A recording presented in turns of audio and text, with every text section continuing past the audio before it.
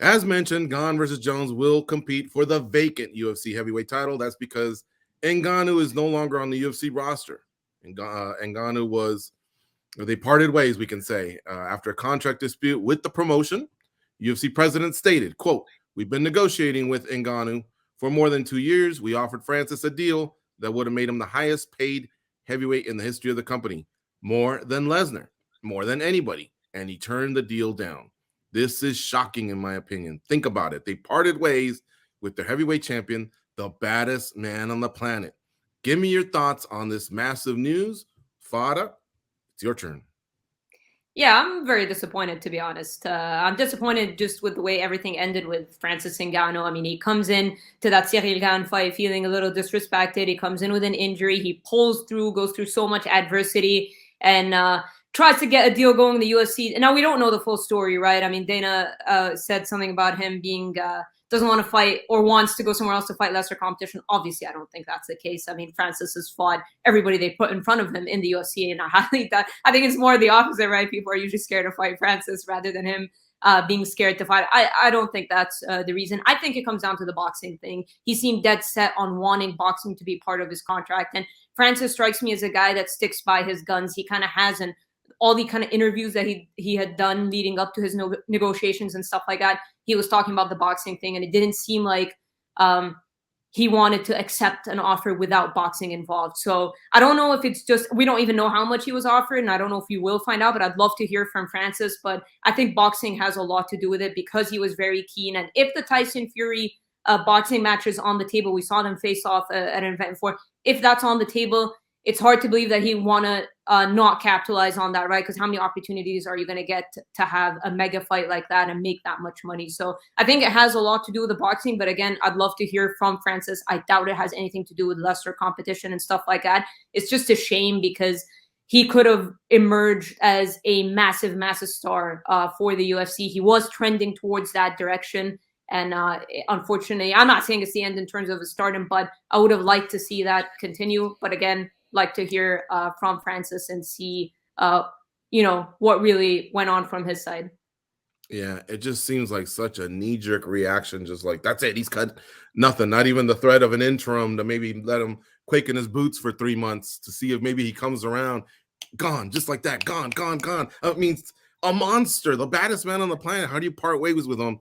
I don't get that. And you got that perfect, that quote, Fada. It was fight lesser competition for more money. That's what White says, what was implying that his exit was motivated by.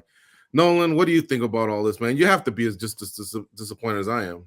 Yeah, it's unfortunate, but it's interesting to hear Dana's comments there where he says that Francis wants more money to fight lesser competition. To me, that sounds like an interesting spin on a guy trying to get his value. You know what I mean? Like, if he thinks that the biggest fish, he probably thinks, Francis, that the biggest fish to fry are in the UFC, and he probably wants to be paid more because of that. And obviously, we don't know all the X's and O's and ins and outs and what went on behind the scenes. But to me, I hope that it is the boxing route. I just think, sure, Francis can get his paydays. I'm sure PFL could shell up. Any of these companies, right, I think could shell up the money. It's just a matter of, is the juice worth the squeeze? And when it comes to the heavyweight champion of the world, the best heavyweight on the planet, if Bellator or PFL were to pick him up, I mean, that's a huge feather in their cap. That's an attraction. You know what I mean? But I think from a fan's perspective, I think that who is he going to fight in those promotions, right? I mean, you can have Francis Ngannou, murder hour every week where he destroys a PFL heavyweight or a Bellator heavyweight. But to me, I think the intrigue and the money here is probably in boxing for Francis. So I hopefully he does have an advantage being a heavyweight. I think that sells those sort of fights more than, if somebody from the UFC tried to jump over and fight Canelo or something. I think it doesn't necessarily have that same allure that the heavyweights do, because we know Francis has the power. We know it only takes one punch. I think him and Tyson Fury, that's like a perfect, kind of yin and yang, so to speak, to promote a fight.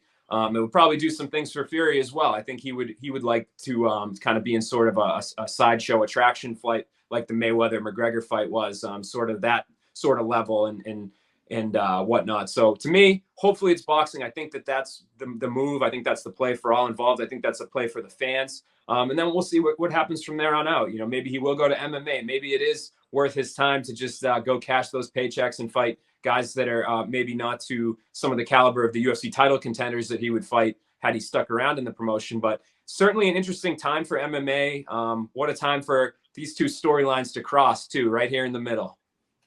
Yeah, it's got to be the boxing money because he ain't scared of anybody.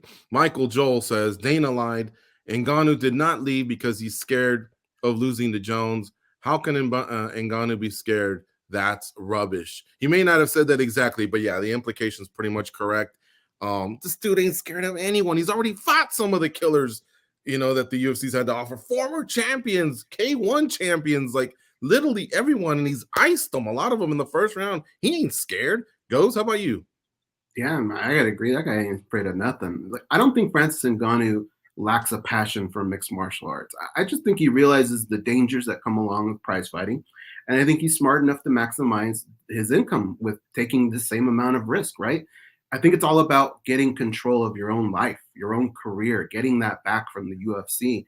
He's already accomplished the highest feat you could do in mixed martial arts. So I think that part of his soul is satisfied right now. It's about testing himself in boxing.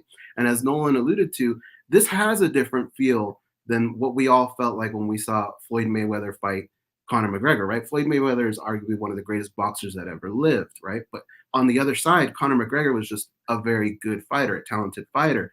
On this side, you can actually promote the baddest man in MMA against the baddest man in boxing. That's going to translate into more pay-per-view buys. There's just no way around it. So something like that could be really lucrative for him. To go to your point, George, so what you were talking about was why wasn't there a little bit of period where he just stuck around and matching? I think at the end of the day, this is all going to work out for everyone.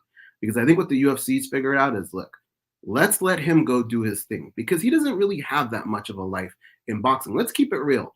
The creme de la creme in boxing, I have a feeling they're probably going to have their way with him. That's just the way it is. That's a completely different sport. Mm-hmm. He does present power, and I get that, but Tyson Fury's been hit with a lot of punches. He got up like the Undertaker, right? He didn't care. He comes forward. So I don't know, like if he loses to Tyson Fury, I think that's done, and he comes back to MMA. We've seen a lot of heavyweight champions leave the UFC and come back. It's happened plenty of times, and I think the UFC is saying, let's let him get that out of the way, and then he comes back. If John Jones can kind of recapture what he did at light heavyweight, do that at heavyweight, well, he's going to need heads, right? He's going to need people to fight, people that are interesting. And this fight can be just as big further down the road, right? But Francis Ngannou can cash that big paycheck. It's an important thing that I think he wants to do in his life, gain some control. Tyson Fury, what did he make, like $40 million for his last fight? And I think he gets like 40 to 50% of the cuts in the pay-per-view. That's like a different world over there in boxing, the amount of money you can make. I'm not saying that Francis Ngannou can't make that in mixed martial arts. He probably can, but it's going to be over a period of time. And guess what? You got to keep winning. If you stop winning, you are no longer the UFC's favorite fighter, right? You go back to the guy that was causing problems months ago, and nobody holds a grudge like the UFC. So I think Francis Ngannou and the UFC eventually will get what they want, but it's going to have to wait. That is true. A lot of champions have gone away and come back.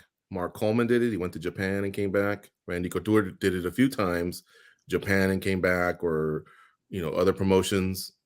As you were talking, I was thinking about Josh Barnett was a champ, got stripped, and then eventually came back.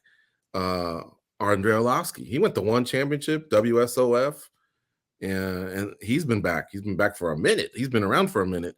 There's one other one too that I could. Oh, Fabricio Verdum, they cut him. He wasn't champ yet, but then he came back and became champ. So yeah, let's cross our fingers, man, that he can come back after he grabs a bag from boxing Tyson Fury.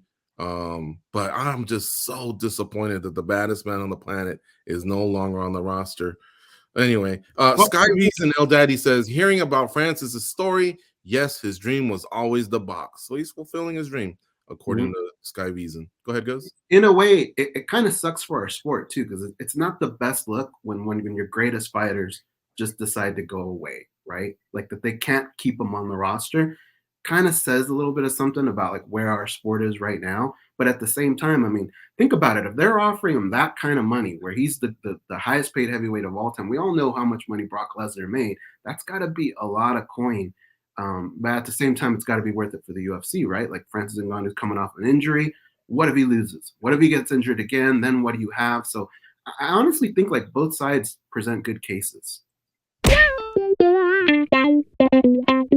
Bye.